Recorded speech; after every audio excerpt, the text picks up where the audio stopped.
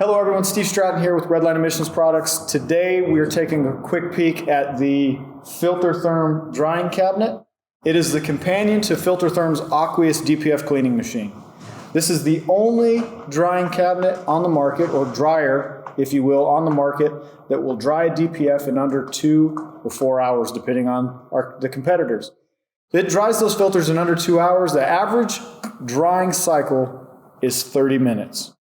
That's light medium duty, all the way to those larger heavy duty open-faced DPF applications.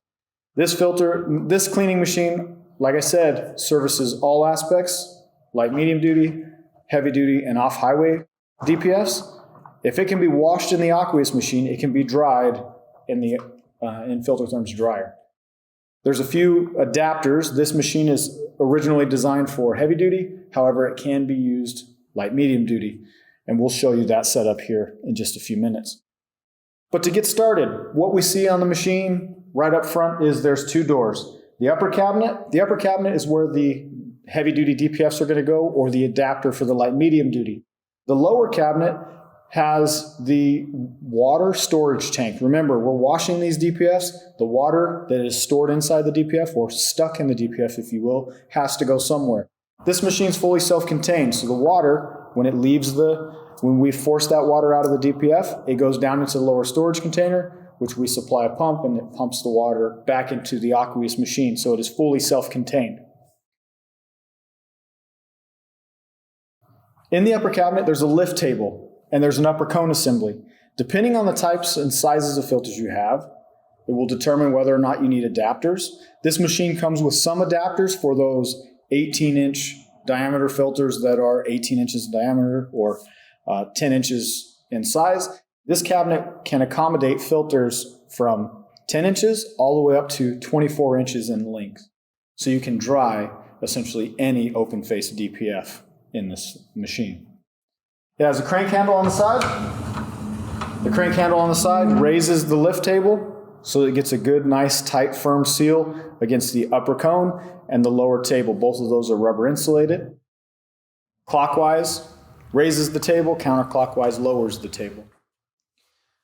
On our display is giving us a little bit of information. It's telling us we got our on-off switch, we have our warm-up timer, we have our cycle timer, inlet temperature, outlet temperature, start ready button, and our emergency stop switch. We also have our pressure reading, or pressure display, pressure gauge, if you will. When we turn the machine on, it's automatically going to go through its warm-up. The warm-up time is set at 10 minutes. It needs this 10 minutes to warm up the blower so we don't have any premature failures. Every time you turn the machine off and on again, it's going to go through that 10-minute cycle. So you want to be mindful of that. You do not have to shut the machine off every time you use it. Once the machine goes through its 10-minute warm-up cycle, leave the machine on. The green light will power on. When the green light is on, it is ready to run. Simply put the DPF in the machine, make sure you got a good tight seal, close the door, push the green button, and let it go. The next display down is the cycle time. This machine's pretty neat on the way it works. It is either going to stop its cycle based off of time or based off of temperature. No 2 DPFs are alike. Some are heavy loaded, some are not. Some are smaller than others, and some are much larger than others. So what we wanted to do is be able to adjust the time and the temperature for every filter to make it more efficient for everybody. So we can dry some DPFs in 10 minutes and others in 45 minutes. The cycle timer is set at 45 minutes. If you have a filter that is heavy loaded or has hard ash centering, and you can't get very good flow through that DPF, it may take 45 minutes to dry. Other filters, it may take 10 minutes. The inlet temperature. Again, this machine is monitoring the inlet temperature and the outlet temperature. It's going to shut the cycle off based off time, that 45 minutes, and temperature. The temperature is the outlet temperature. When the outlet temperature reaches 160 degrees, 161 rather, it's going to turn on the green light and stop the cycle, telling us that this filter is dry. 160 degrees is the temperature that we've found that is going to be the best for flow rate and be able to return that filter to the customer in a timely fashion. So Our inlet temperature is set at 210 degrees. So it's going to cycle from 210 down to 200 on and off to maintain that 210 degree temperature. Be careful because the cabinet does get warm. You want to make sure to use proper PPE when using the machine, and just be mindful that it may be warm out externally. When you place the filter inside, make sure you do have a good tight seal because 210 degrees is hot. We want to be careful of that. And then again, our outlet temperature is the outlet temperature down in the lower tank. When it reaches 160 degrees, 161, it shuts that cycle timer off and it restarts the machine all over again. Then we have the start ready button. It's the start button, and it's also the ready light. When it's lit green, it's telling you that it is ready to run.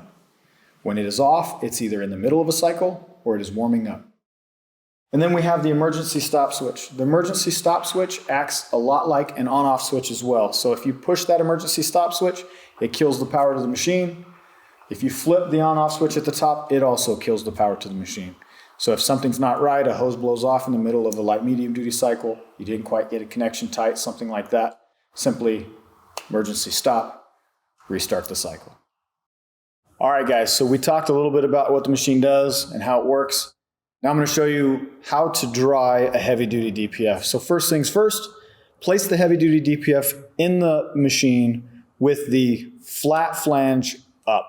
Okay, so either inlet or outlet, whichever flange is flat, facing up so it gets a good tight seal. The air in the machine and the heat does come from the top down, so we want to make sure that we got a good tight seal on the top. So place the filter in the cabinet, crank the handle till it's nice and tight.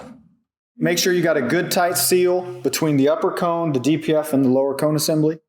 Once you've got that good tight seal, we're going to look at our display. We've already gone through our warm-up time.